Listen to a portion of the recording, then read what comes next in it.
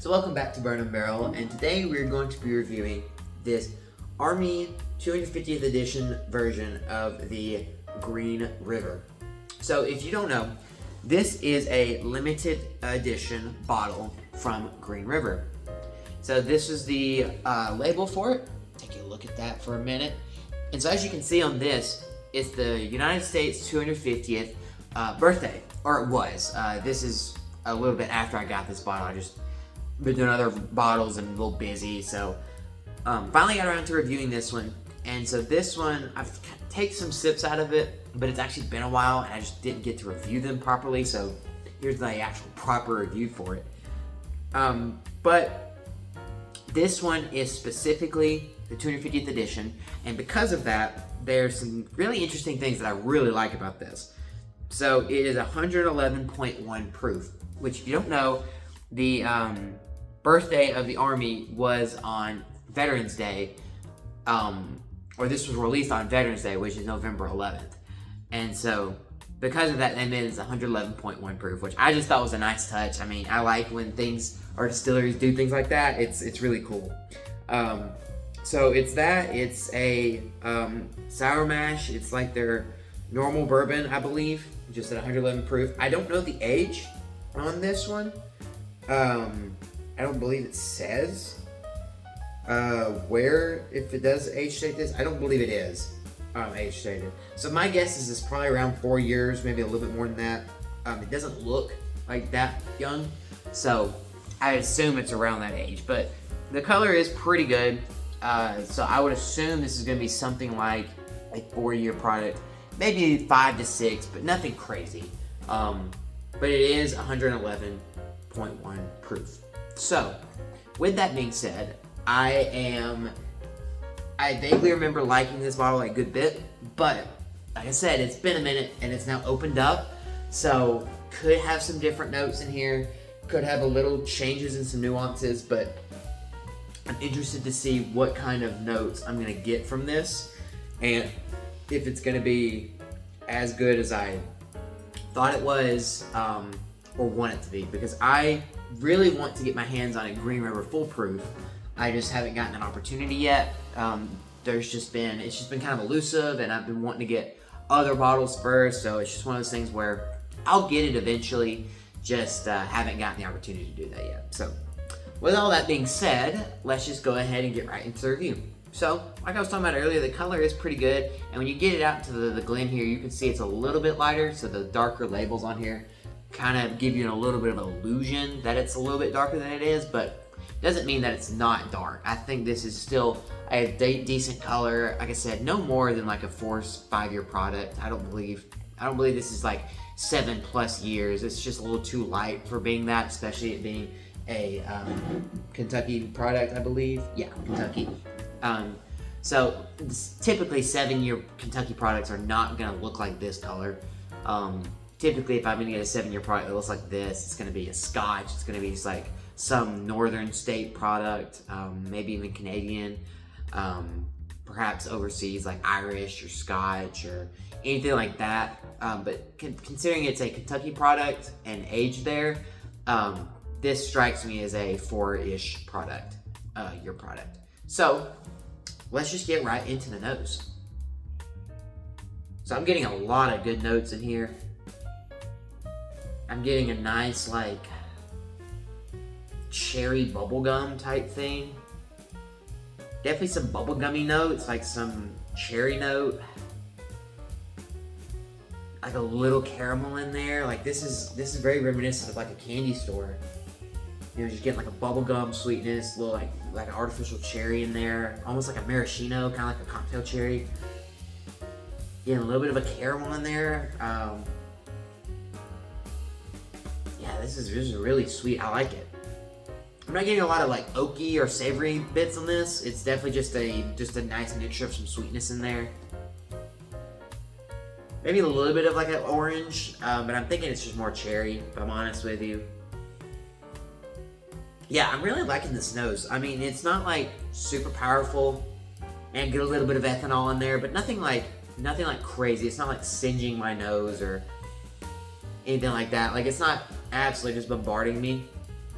but it is definitely, I would say, it's pretty good. Like at least the nose is very, very pleasant. Very happy with that. So let's just get right into the palate now.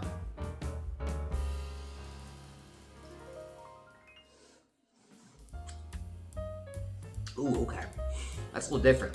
So we're carrying through a little bit of that similar quality. Ooh, actually, there's a little bit of something interesting there. So I'm definitely getting a couple bits of the nose in there.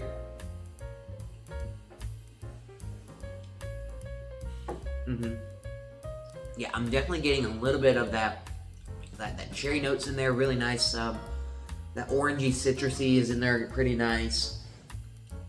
I'm getting a little bit of that carameliness in there too. But then on the back end, it brings in actually a quite nice kind of like an old wooden note, but like it's not like, I don't want to say it's a dusty like old oak. It's more of like just an established oak. I don't know if that makes sense, but it's definitely not like a raw or young oak, but it's also not super old and dark. It's definitely kind of just in that middle ground. Like it's established, but it's not like super dark. It's also not just like brand new oak or anything like that. I mean, yeah, like I said, it's definitely got some good quality to it. I'm very happy with this. Like this palette is really good. The notes are they're not like super weak. They're pretty strong and out there, and you get like a nice plethora of notes. Like I get like 2 or 3 different notes off rip in the beginning.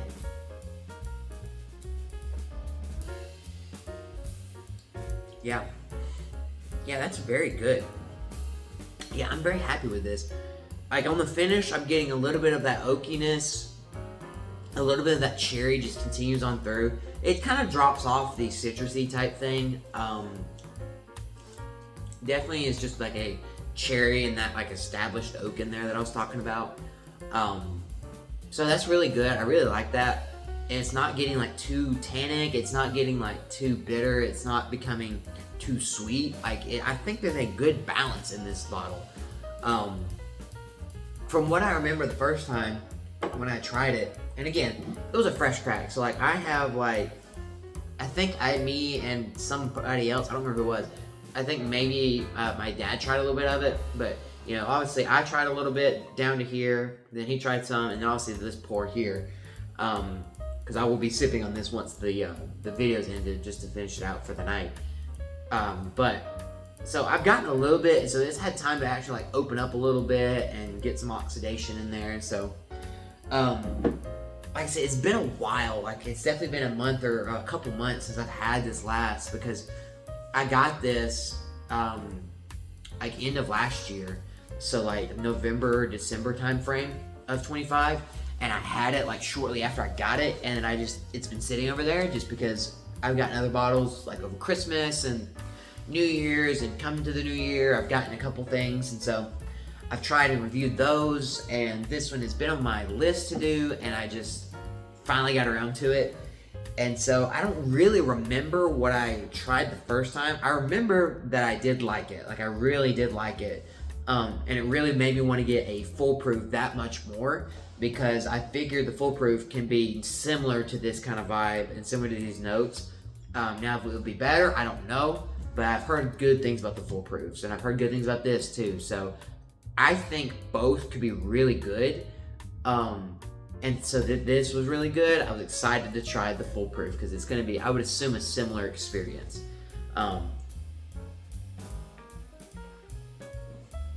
But yeah, this is really, really good. I'm very happy with this. As far as a rating, I'll give it a 7. Like, it's a good, solid 7. The only reason it doesn't go higher for me is the palate does have a little thinness to it. Like, just a little. Like, just a little thinness. It's not, like, super viscous. You know, you get the flavors up front. They linger for a minute, but not like a long time, and then the finish is there, and it's not super tannic, but it's also not super sweet either. It's like a medium type finish to me. Nothing crazy, nothing dark, nothing rich. Like, it's just completely gone at this point on my palate. So, you know, with that kind of thing, I like it. If it's good, I like for it to linger, and if it's not good, I like for it to go away. And this is on the good side, so I want it to linger a little bit more, and it just kind of doesn't. So it kind of bumps it down just a little bit. So like, I think this is a good just 7 out of 10. Like, absolute banger of a bottle if you were able to get one. I don't know if they still kind of circulate around or not. I'm not sure on the distribution and like how sought after this is. But if it is sought after and you're able to get your hands on it, just let me know what you think down below. I think that, like I said, very good bottle if you can find it. So if you found this bottle interesting and if you've gotten to try this, let me know down in the comments. I'll also in the comments, not in the comments, in the description below, you can check out a summary of this review for your reading pleasure. And you'll probably see a couple videos here on screen, so don't forget to check those out as well. A couple reviews I've also done on this channel. And I would greatly appreciate it. So I hope you have a fantastic day, and I'll see you next time here on Bourbon Barrel.